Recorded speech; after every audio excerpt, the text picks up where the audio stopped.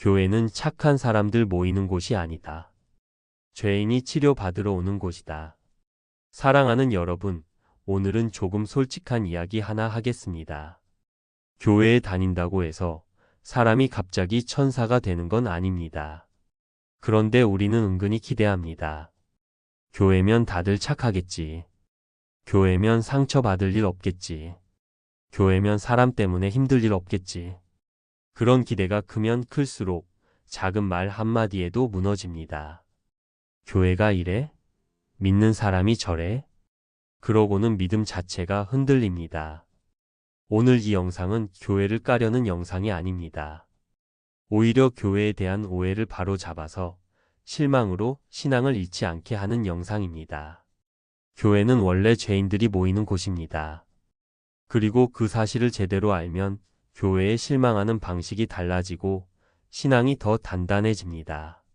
여러분, 교회에 대한 오해 중에 가장 위험한 게 뭔지 아십니까? 교회는 선한 사람만 다닌다. 이 생각은 겉으로 보기엔 좋은 말 같지만 실제로는 큰 독이 됩니다. 왜냐하면 이 전제가 깔리면 교회에서 벌어지는 모든 문제를 이렇게 해석하게 되거든요. 이런 일이 교회에서 일어나면 안 되는데, 그럼 교회는 가짜인가? 하나님도 가짜인가? 문제는 신앙이 무너지는 이유가 하나님이 아니라 사람에 대한 잘못된 기대에서 시작되는 경우가 많다는 겁니다. 교회는 선한 사람들이 모이는 곳이 아니라 죄인들이 예수님께 붙어서 변화되어 가는 공동체입니다. 교회를 가장 잘 설명하는 비유가 있습니다. 교회는 병원입니다. 예수님이 뭐라 하셨죠? 건강한 자에게는 의사가 쓸데없고 병든 자에게라야 쓸데있느니라. 마가복음 217. 병원에 갔는데 아픈 사람이 있는 게 이상합니까? 아닙니다. 병원엔 원래 아픈 사람이 옵니다. 교회도 똑같습니다. 상처 많은 사람, 분노 많은 사람, 비교심 많은 사람, 심지어 가면 쓰는 사람도 있습니다. 그럼 교회가 왜 필요해? 바로 그래서 필요합니다. 그 죄성과 상처를 예수님 앞에서 다루는 곳이 교회니까요. 여러분이 오늘 이 영상에서 딱 하나만 붙드셔도 됩니다. 착함과 거룩함은 다릅니다. 착함 사람 기준 갈등 피함, 싫은 소리 안함, 무난함. 거룩함 하나님 기준 죄를 미워함, 진리를 붙듦, 회개를 선택함. 교회가 목표로 하는 건 착한 사람 만들기가 아니라 거룩해져 가는 사람 만들기입니다. 그래서 교회 안에는 진리로 다루는 과정이 있고 그 과정에서 때로 불편함이 생깁니다. 착함만 추구하면 갈등을 덮습니다. 하지만 거룩함을 추구하면 죄를 다룹니다. 덮는 게 아니라 고칩니다. 이제 현실로 들어가겠습니다. 왜 교회에서 상처가 생길까요? 일 아직 잘하지 않은 사람들 미성수. 고린도 교회를 보세요. 분열하고 자랑하고 은사로 싸우고 심지어 도덕적 문제도 있었습니다. 그런데 바울은 그들을 구원 못 받은 자라고 단정하지 않았습니다. 대신 이렇게 말하죠. 너희가 아직 육신에 속한 자로다. 교회 안에는 잘하는 중인 사람이 많습니다. 말이 거칠 수 있고 눈치가 없을 수도 있고 자기중심적일 수도 있습니다. 그건 교회의 실패라기보다 성장의 과정입니다. 하지만 여기서 중요한 건 그 미성숙이 누군가에게 상처가 되는 순간이 있다는 겁니다. 그래서 우리는 참기만이 아니라 지혜가 필요합니다. 이 경건의 모양만 있고 능력은 부인하는 사람 가면 디모데후서 3장처럼 겉은 경건한데 속은 변하지 않은 사람이 있습니다. 교회에 오래 다녔는데도 말로 사람 찌르고 권력으로 누르고 험담으로 공동체를 망가뜨리는 사람. 성경은 그걸 낭만적으로 포장하지 않습니다. 그런 사람은 없어야지가 아니라 분별하라가 성경의 태도입니다. 삶 상처를 처리하지 못한 채 신앙으로 덮는 사람 영적 우회. 진짜 흔합니다. 상처가 있는데 회개가 아니라 종교 활동으로 덮는 분들이 있어요. 봉사로 덮고 직분으로 덮고 나는 믿음 좋다로 덮고 그런데 상처는 덮는다고 사라지지 않습니다. 언젠가 관계 속에서 폭발합니다. 교회는 완벽한 곳이 아니라 상처와 재성이 드러나고 치유와 회개가 일어나는 곳입니다. 여기서부터가 진짜 삶의 적용입니다. 처방 1 기대를 사람에게 두지 말고 주님께 둬라. 사람은 흔들립니다. 목사도, 장로도, 집사도, 권사도 흔들립니다. 하지만 예수님은 흔들리지 않습니다. 교회에 실망하지 말라는 말이 아닙니다. 사람을 하나님 자리에 올려놓지 말라는 겁니다. 처방 2 상처를 신앙 포기로 연결하지 말고 성숙의 훈련으로 바꿔라. 교회에서 상처받으면 우리는 선택의 갈림길에 섭니다. 그래, 다 가짜야 포기. 아, 교회는 원래 죄인들이 모이는 곳이지 성숙. 여기서 두 번째 선택이 신앙을 살립니다. 처방 3 참음이 아니라 경계 사랑을 같이 가져라. 예수님은 사랑이셨지만 경계도 분명하셨습니다. 악한 의도로 다가오는 바리새인에게는 논쟁하지 않고 피하셨습니다. 뱀같이 지혜롭고 비둘기같이 순결하라. 마태복음 1016. 순결만 있으면 이용당합니다. 지혜만 있으면 냉소로 갑니다. 둘 다 있어야 합니다. 처방 4 진짜 교회를 선택하는 기준 사람이 완벽한가가 아니라 회개가 있는가.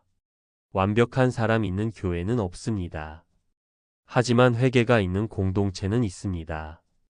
틀리면 인정하는가? 상처 줬으면 사과하는가? 말씀 앞에서 자신을 고치는가? 이게 교회가 살아있는지 보는 기준입니다. 사랑하는 여러분, 교회는 착한 사람만 모이는 곳이 아닙니다. 교회는 죄인들이 예수님 앞에서 변화되어 가는 곳입니다. 그래서 교회 안에서 상처받을 수 있습니다. 하지만 그 상처가 여러분을 하나님에게서 떼어놓게 하지 마십시오. 사람 때문에 예수님을 떠나지 마십시오. 오히려 예수님 때문에 사람을 다시 볼 힘을 얻으십시오. 교회에서 상처받았을 때 성경은 뭐라고 말합니까? 참고 견디라고만 합니까? 아닙니다. 성경은 훨씬 더 깊은 길을 보여줍니다. 먼저 가장 중요한 원칙입니다. 교회에 기대를 두지 말고 주님께 기대를 두십시오. 이 말은 교회가 중요하지 않다는 뜻이 아닙니다. 교회를 무시하라는 뜻도 아닙니다. 다만 사람을 하나님 자리까지 올려놓지 말라는 뜻입니다. 사랑하는 여러분, 우리가 실망하는 이유는 대부분 사람을 너무 크게 기대했기 때문입니다. 사람은 실수합니다. 목사도 실수합니다. 장로도 실수합니다. 오래 믿은 성도도 실수합니다. 베드로는 예수님을 3번 부인했습니다. 바울은 교회를 핍박하던 사람이었습니다. 그런데 우리는 저 사람은 믿는 사람이니까 다를 거야. 이 기대를 과하게 갖습니다. 성경은 분명히 말합니다. 모든 사람이 죄를 범하였음에 하나님의 영광에 이르지 못하더니. 로마서 323. 교회에 다닌다고 해서 죄성이 사라지는 게 아닙니다. 죄성과 싸우는 삶이 시작되는 것입니다. 여러분의 기대가 완벽한 사람을 향해 있으면 반드시 무너집니다. 그러나 기대가 완전하신 주님을 향해 있으면 사람의 실수로 신앙이 무너지지 않습니다. 상처받았을 때 제일 먼저 해야 할 질문은 이것입니다. 저 사람이 왜 저럴까? 가 아니라 나는 지금 누구를 바라보고 있는가? 사람입니까? 주님입니까? 히브리서 12장 15절은 이렇게 말합니다. 쓴 뿌리가 나서 괴롭게 하고 많은 사람이 이로 말미암아 더럽게 될까 두려워하라. 교회에서 상처를 받으면 두 갈래 길이 열립니다. 하나는 그래도 이해 보자의 길이고 다른 하나는 두고 보자의 길입니다. 처음에는 작은 말 한마디였습니다. 그런데 시간이 지나면서 그 사람이 하는 모든 말이 거슬립니다. 그 사람의 표정만 봐도 마음이 상합니다. 이게 쓴 뿌리입니다. 쓴 뿌리는 상대방을 파괴하기 전에 먼저 나를 파괴합니다. 여러분, 상처받는 건 죄가 아닙니다. 하지만 상처를 붙들고 미움으로 키우는 건 위험합니다. 상처는 다뤄야 합니다. 묻어두면 썩습니다. 성경은 우리에게 상처를 부정하라고 하지 않습니다. 대신 다루라고 합니다. 어떻게 다룹니까? 에베소서 4장 15절은 말합니다. 사랑 안에서 참된 것을 하여. 많은 성도들이 여기서 사랑만 붙잡습니다. 그래서 참습니다. 참고 또 참습니다. 그러다 터집니다. 하지만 성경은 사랑과 함께 참된 것, 즉 진리를 말합니다. 사랑은 무조건 참고 넘어가는 게 아닙니다. 사랑은 때로 말합니다. 사랑은 때로 선을 긋습니다. 예수님은 모든 사람을 사랑하셨지만 모든 사람과 동일한 거리로 관계 맺지 않으셨습니다. 마태복음 10장 16절에서 이렇게 말씀하셨습니다. 뱀같이 지혜롭고 비둘기같이 순결하라.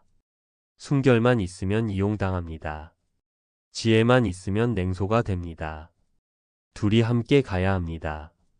교회에서 상처받았을 때 무조건 참고 버티는 게 신앙이 아닙니다.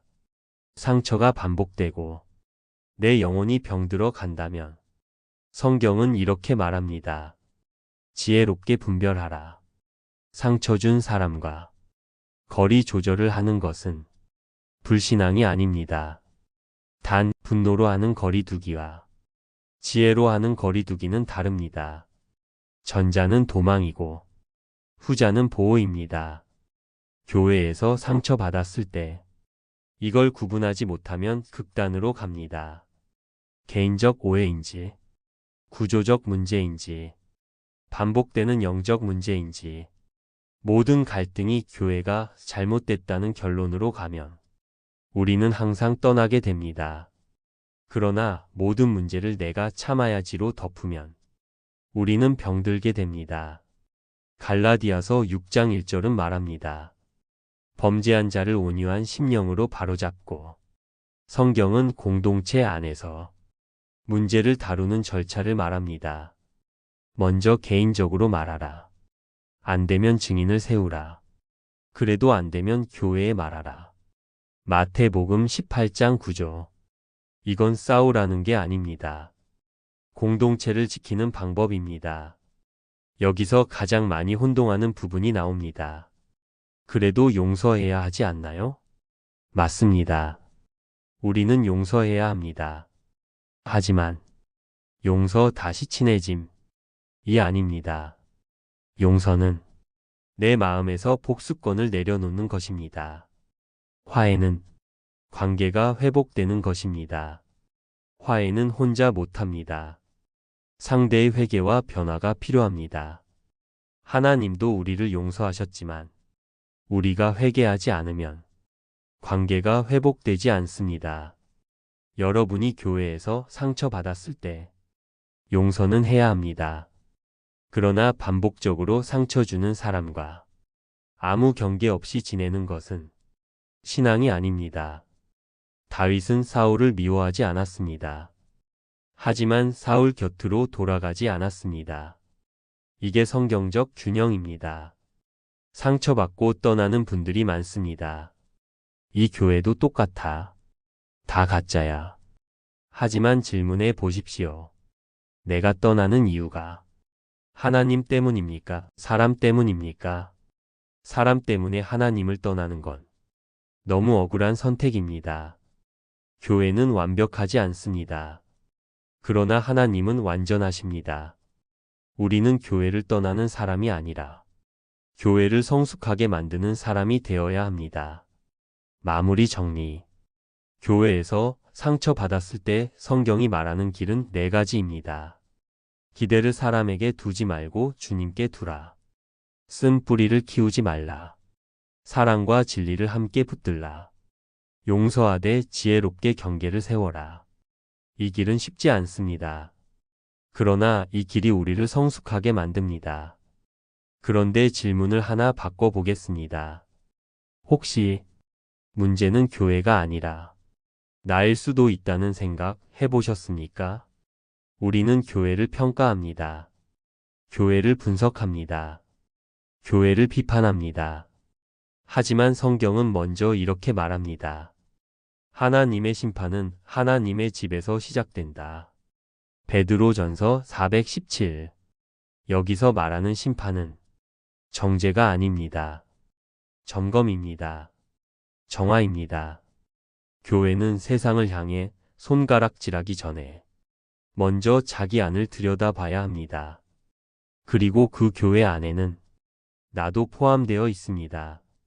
교회는 좋은 사람의 모임이 아니라 회개하는 사람의 모임입니다. 우리는 종종 착한 사람을 좋은 성도라고 생각합니다. 말 잘 듣고, 조용하고, 분위기 안 깨고, 갈등 안 만들고, 양보 잘하고. 그런데 성경은 그 사람을 좋은 성도라고 부르지 않습니다. 성경이 말하는 좋은 성도는 회개하는 사람입니다. 다윗은 위대한 왕이었지만 죄를 지었습니다. 그러나 그는 무너지지 않았습니다. 왜냐하면 그는 회개했기 때문입니다. 반면 사울은 겉으로는 왕이었지만 끝까지 자기 잘못을 인정하지 않았습니다.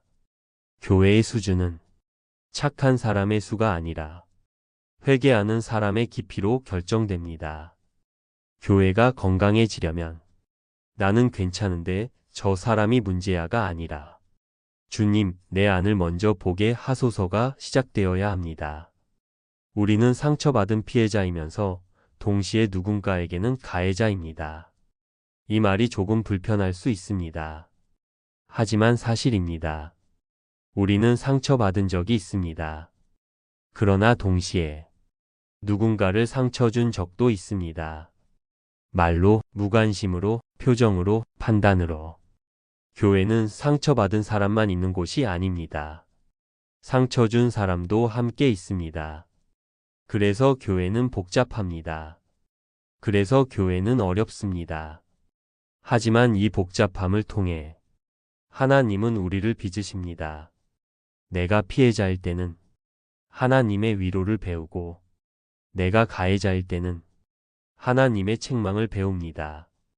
교회는 완벽한 사람들의 모임이 아니라 서로를 통해 다듬어지는 공동체입니다.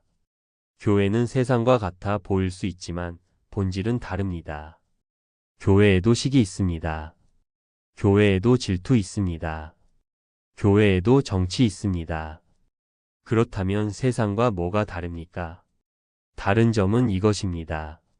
세상은 죄를 합리화합니다. 교회는 죄를 인정합니다. 세상은 자존심을 지킵니다. 교회는 무릎을 꿇습니다. 세상은 끝까지 버팁니다. 교회는 결국 회개합니다. 교회는 완벽해서 거룩한 게 아닙니다. 회개하기 때문에 거룩해지는 겁니다. 이 차이를 보지 못하면 교회는 세상과 똑같아 보입니다. 하지만 이 차이를 알면 교회는 여전히 소망의 공간입니다. 우리는 어떤 교회가 되어야 합니까? 이제 질문이 바뀝니다. 교회는 왜 저래? 가 아니라 나는 어떤 교회를 만들고 있는가? 나는 누군가에게 편안한 사람입니까? 아니면 긴장되는 사람입니까? 나는 공동체를 세우는 사람입니까? 아니면 분위기를 흐리는 사람입니까? 나는 문제를 확대하는 사람입니까? 아니면 기도하는 사람입니까? 교회는 건물이 아닙니다. 교회는 사람입니다. 그리고 그 사람 안에 바로 내가 있습니다. 교회를 떠날 것인가, 세울 것인가? 교회에 실망하는 건 자연스럽습니다. 그러나 떠나는 건 마지막 선택이어야 합니다. 왜냐하면 하나님은 완벽한 교회를 찾으라고 하신 적이 없고 교회를 세우라고 하셨기 때문입니다. 우리가 성숙해질수록 교회도 성숙해집니다. 내가 변하면 관계가 달라집니다. 교회는 완벽하지 않습니다. 그러나 하나님은 그 불완전한 교회를 통해 일하십니다. 결론입니다. 교회는 선한 사람들만 모이는 곳이 아닙니다. 교회는 죄인들이 모여 날마다 변화되는 곳입니다. 교회는 상처 없는 곳이 아닙니다. 상처를 다루는 법을 배우는 곳입니다. 교회는 완성된 공간이 아닙니다. 하나님이 공사 중인 공간입니다. 기도하겠습니다. 하나님, 교회를 향한 실망과 기대를 주님 앞에 내려놓습니다.